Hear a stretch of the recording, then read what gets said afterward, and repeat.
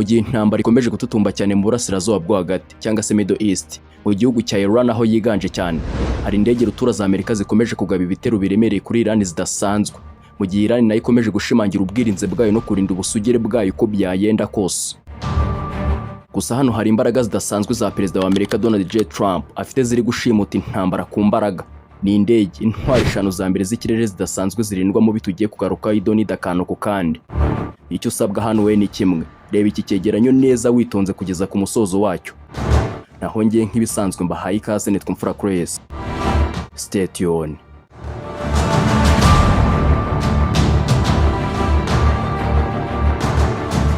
Leta Zunze Ubumwe za Amerika itunze indege zidasanzwe mu bubiko bw'intwaro zitagira ingano kandi zikora ibitangaza ku rugamba rw'ibiturika. Ariko zimwe muri zo tugiye kugarukaho harimo izitwa 𝐓𝐡𝐢𝐬𝐧 B-21 Raider. Ni indege y'intambara igezweho cyane, yatangiye kubakwa mu buryo bw'ikoranabuhanga ahagana mu mwaka wa 2019. Iteranywa ndetse yubakirwa mu ruganda rwitwa 𝐓𝐡𝐢𝐬𝐧 ruherereye muri leta ya California muri US. Iyi ni indege idasanzwe kuko bayita umwami w'ikirere mu kwisha amaradari yose y'umwanzi nk'umuzimu, stealth ghost, kubera ubushobozi bwayo bwo kwisha budasanzwe.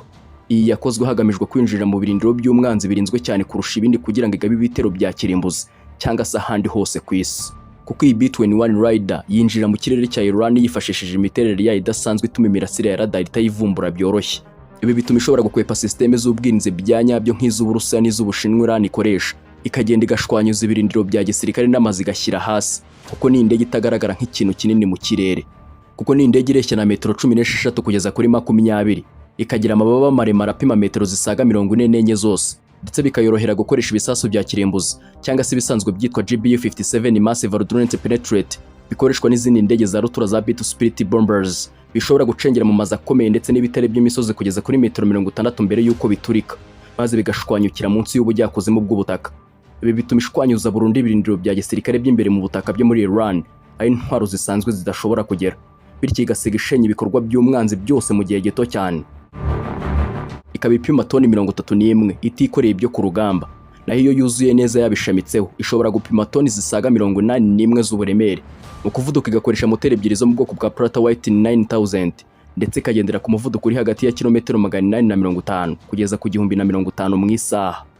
Nk'uko bitangazwa mu binyamakuru, nuko izi ndege za Amerika nka B-2 Spirit bombers ziri gukoreshwa mu kurasa ibirindiro bikomeye bya Iran hifashishijwe ibisasu bya bunker buster bishobora gusenya ibikorwa bya kirimbuzi biri munsi y'ubutaka.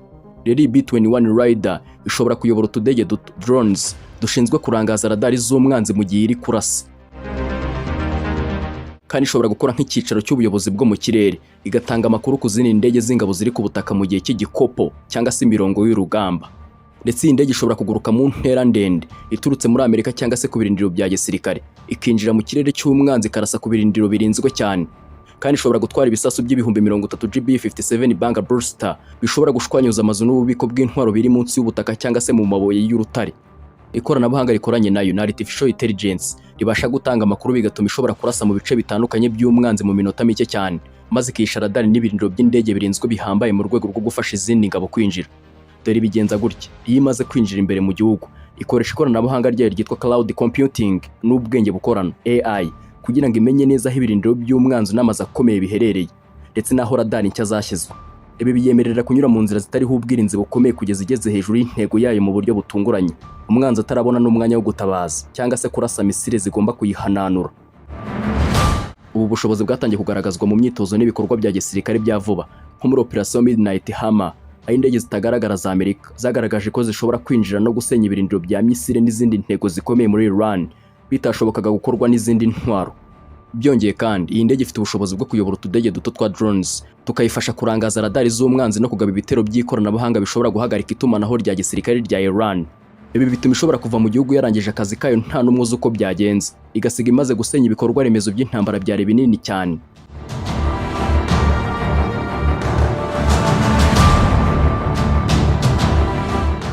Ndetse bakoresha n'indi yitwa F-35 Lightning II, nayo ni indege ya Amerika, kandi byakugora kubona Amerika ikoresha indege itari yabo giturutse mu kindi gihugu, ntibishoboka. Gusa indege y'intambara ikunzwe kwitwa umwami w'ikirere kubera ubushobozi bwayo bwo gukora imirimo myinshi kandi itandukanye, ndetse no kuba ariyo ndege ifite ikoranabuhanga rishya rya mudasobwa kurusha izindi zose ku isi. Iyi F-35 ireshya na metero 15 na 700 z'uburebure, ikagira amababa afite ubugari bwa metero 11, naho ku bijyanye n'uburemere igapima hafi toni 13 iyo ntacyo itwaye, ariko ishobora guhaguruka ipima toni 31 iyo yuzuye ibitoro ndetse n'intwaro zose. Iyi ndege igenda ku muvuduko ukabije cyane kuko ishobora gukora ibirometero 1931 mu isaha, bivuze ko yihuta cyane kurusha umuvuduko w'ijwi cyangwa se urusaku. Iyi F-35 yubakanywe ikoranabuhanga ryo kwihisha umwanzi w'ikirere ryo ku rwego rwo hejuru cyane, aho imiterere yayo yihariye n'irangi ryashyizweho riyifasha kwirinda radari, bigatuma ubwirinzi bwa Iran butayibona byoroshye kuri radari zabo, kuko iyi ndege yinjira mu kirere cya Iran itagaragara, maze ikifashisha utwuma twa sensors dushobora kubona radari z'umwanzi mbere y'uko radari ziyibona. Ibi biyemerera guhagarika itumanaho ry'umwanzi electronic warfare no kunyura muri humye ubwirinzi bwose kugeza igeze hejuru y'intego yayo ikayishwanyuza. Kandi iyo igeze mu kirere cya Iran, iyi F-35 ikoresha ibisasu bya rutura biyoborwa na laser cyangwa se GPS nk'ibyitwa GDMs cyangwa se Joint Attack Munitions cyangwa se ibyitwa Small Diameter Bombs. Ibi bisasu ishobora kubirasa ikiri kure cyane yaho igiye kurasa, ku buryo ishwanyuza amazu y'ibirindiro bya gisirikare n'ububiko bwa misile nta n'umwe urabona ko ihari, kuko ifite ubushobozi bwo kurasa intego nyinshi cyane imwe, kandi kuri buri ntego ikahageza ibisasu bishwanyuza burundu.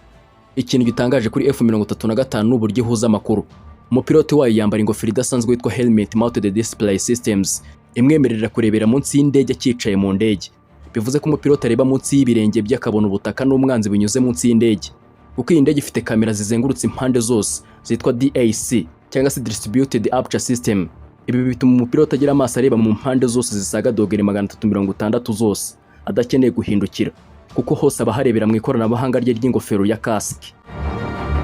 Mu gihe B-21 Raider twavuze haruguru ari indege nini cyane igenewe gutwara ibisasu byinshi cyane bya strategic bomber no kuguruka ku ntera ndende cyane iturutse kure, F-35 yo ni indege ntoya yihuta cyane ishobora kurwana n'izindi ndege zo mu kirere ikanarasa ku butaka.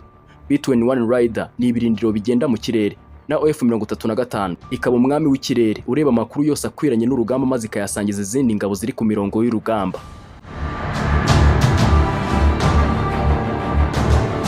Ndetse Abanyamerika bakoresha indege yabo yitwa A-10 Thunderbolt II izwi cyane ku izina rya Warthog.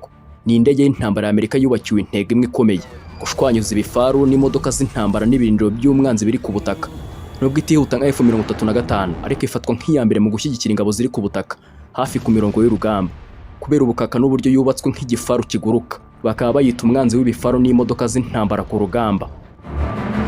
Iyi A-10 Warthog ireshya na metero 13,200 z'uburebure, ikagira amababa maremare afite ubugari bwa metero 17,500 atuma ashobora kuguruka buhoro hejuru y'urugamba idahungabana, kuko ipima toni hafi 11 yo ntacyo itwaye, ariko ishobora guhaguruka ipima toni zisaga 23 iyo yuzuye intwaro n'ibitoro. Ku bijyanye n'umuvuduko ntabwo yihuta cyane, kuko igenda kilometero 706 mu isaha. Uyu muvuduko ni muke, ukaba uyifasha kuguma hejuru y'umwanzi igihe kirekire, maze ikamuminjaho imvura y'ibisasu.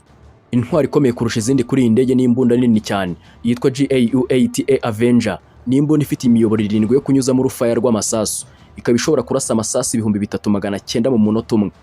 Amasasu yayo afite ubunini bwa 30 mm kandi ikozwe mu cyuma gikomeye cyane cya depleted uranium, bituma ishobora gupfumura ibyuma bikomeye birinda ibifaru ikabicengera ikagera imbere. Naho bitewe n'umuvuduko wayo mu masasu, iyo iri kurasa humvikana ijwi ridasanzwe rituma abasirikare bahita Warthog cyangwa se inyamaswa y'ingurube y'inkazi. Ku rugamba A-10 niyo ya mbere isenya umubare w'ibifaru byinshi bya Iran nka T-72. Naho usibye imbunda yayo, iyi A-10 itwara misile zishobora kuyoborwa hakoreshejwe amashusho cyangwa se reza zirimo misile zitwa AGM-65 Maverick. Izi misile zishobora kurasa igisasu kiri ku ntera ya kilometero zirenga 20 zikagihwanya mbere y'uko kibona aho indege iturutse. Ishobora gutwara ibisasu binini byitwa MK81 cyangwa se byitwa smart bombs bigashwanyuza amazu n'ibirindiro bya gisirikare. Igitangaje kuri A-10 ni uburyo yubatswe, ntishobora kumanurwa n'amasasu asanzwe. Umupilote we yaba yicaye mu kintu cyitwa titanium buff tube, akantu k'icyuma gakomeye cyane karinda umupilote kuraswa n'imbunda zo ku butaka. Ifite kandi moteri 2 zashyizwe inyuma kandi hejuru cyane, kugira ngo imyuka ishyushye isohoka itagaragara kuri radari zihiga ubushyuhe. Kandi niyo moteri imwe yaraswa, indege ishobora gukomeza kuguruka ikoresheje imwe yonyine ikagira aho igomba kugera ku mwanzi.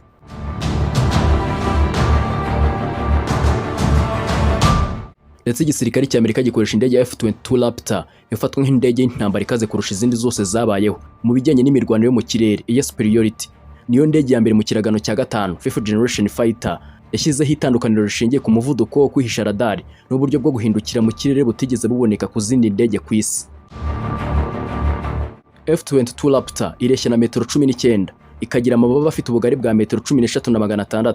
Ku bijyanye n'uburemere ipima toni hafi 19,700 iyo nta kitwaye, ariko ishobora kuguruka ipima toni zisaga 38 iyo yuzuye neza. Iyi ndege irihuta bidasanzwe kuko ishobora kugenda umuvuduko urenga kilometero 2414 mu isaha. Ikintu kidasanzwe nuko ifite ubushobozi bwa super cruise, bivuze ko ishobora kugenda umuvuduko ukabije itiriwe ikoresha ibikoresho biyongerera imbaraga bita afterburners. Ibi bituma igenda urugendo rurerure cyane yihuta ariko idakoresha litiro nyinshi z'ibitoro. F-22 yubakanywe ikoranabuhanga rya stealth cyangwa se ryo kwihisha ryo ku rwego rwo hejuru cyane kurusha izindi ndege zose, uretse wenda ya B-21 Raider. Naho imiterere ya F-22 yayo yakozwe ku buryo radari y'umwanzi yibona nk'akantu gato cyane kangana nk'imbeba iri mu kirere. Ibi bituma ishobora kwinjira mu kirere cya Iran bitashoboka ko radari cyangwa se izindi zigezweho ziyibona byoroshye, kandi ifite n'uburyo icecekesha urusaku rwayo ku buryo ishobora guhagarika radari z'umwanzi itarigera igaragara na busa kuri radari zayo. Kandi ihangana n'izindi ndege za Iran nk'izitwa F-12 Tomcat n'iya Su-35. Gusa iya F-22 ifite ubushobozi bwitwa thrust vectoring. Ibi bivuze ko umunwa wa moteri zayo zishobora kwizenguruka hejuru no hasi, bigatuma indege ishobora guhindukira mu buryo butunguranye cyane. Ibi bituma umupiloto wa F-22 ashobora gufata umwanya wo kurasa indege y'umwanzi mbere y'uko umwanzi amenya aho iherereye mu kirere. Iyi F-22 ifite radari ikomeye cyane yitwa AN/APG-77 ishobora kubona indege z'umwanzi ziri kure cyane hafi kilometero 200 mu kirere zose, ikazirasa itagaragara kuri radari zabo, kuko intwaro zayo zose zitwarira imbere mu nda internal weapons bays kugira ngo itangize uburyo bwayo bwo kwihisha radari. Kandi ishobora gutwara misile zitwa AM-120 Amram n'izindi zitwa AM-9 Sidewinder zishinzwe gushwanyuza izindi ndege. Ikindi kintu gikaze kuri Amerika, yanze kuyigurisha ku kindi gihugu na kimwe ku isi harimo n'inshuti zayo magara, kugira ngo ikoranabuhanga ryayo riguma ari ibanga rikomeye rya gisirikare mu ngabo zirwanira mu kirere za Amerika.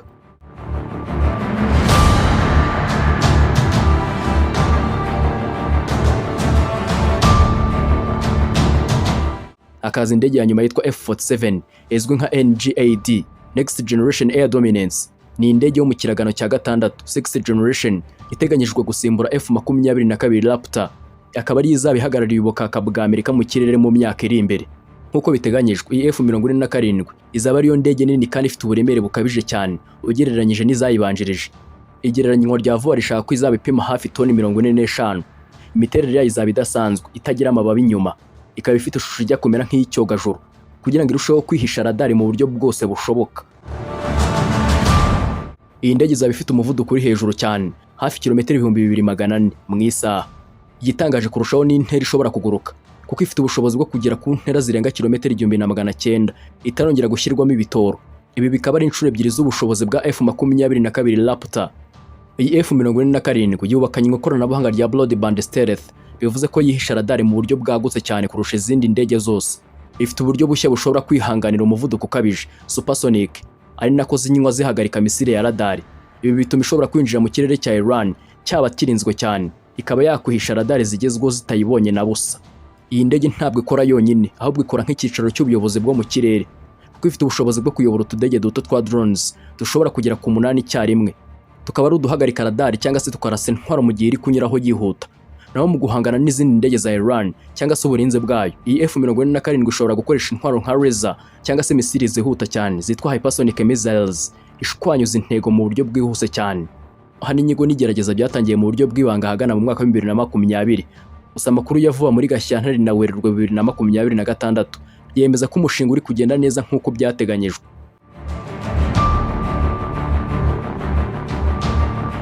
Umwanzuro ku mutekano wa Amerika n'uburyo ihangana na Iran ishingiye ku muvuduko n'ikoranabuhanga rihanitse ry'indege twavuze haruguru zirimo B-21, F-35, F-22 na F-47 ndetse na A-10 umwanzi w'ibifaru ku rugamba.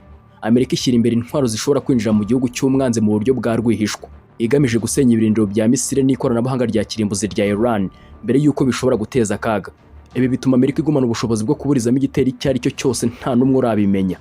Ku rundi ruhande, umutekano wa Amerika ushingiye ku kwerekana ko Iran intambara iyo ari yo yose yaba ihenze cyane kuri yo mu gukoresha indege nka A-10 zishwanyuza ibifaru. Amerika yerekana ko ifite ubushobozi bwo gusenya igisirikare cya Iran cyose mu gihe gito cyane. Ibi bituma habaho kuringaniza imbaraga, aho Iran itinya kugaba ibitero mu buryo bweruye kuko izi ko misile zabo zidashobora kurasa kuri Amerika kubera uburinzi bwa radar Amerika ifite buhambaye butanyeganyezwa bukozwe mu ikoranabuhanga ku isi. kandi biragaragara ko Amerika ititeguye kurekura intebe yabo bicaye aka kanya yo kumva ko bakiyoboye isi. Mu gihe Iran n'inshuti zayo nk'Uburusiya n'Ubushinwa bagerageza gukora radari zishobora kubona indege zihishe za Amerika no gukuraho ubuhangange bwa Amerika. Gusa mu myaka iri imbere umutekano wa Amerika uzaba ushingiye ku bintu bishya bigezweho by'intambara kurusha gukoresha abasirikare benshi mu mirwano yo mu ntambara.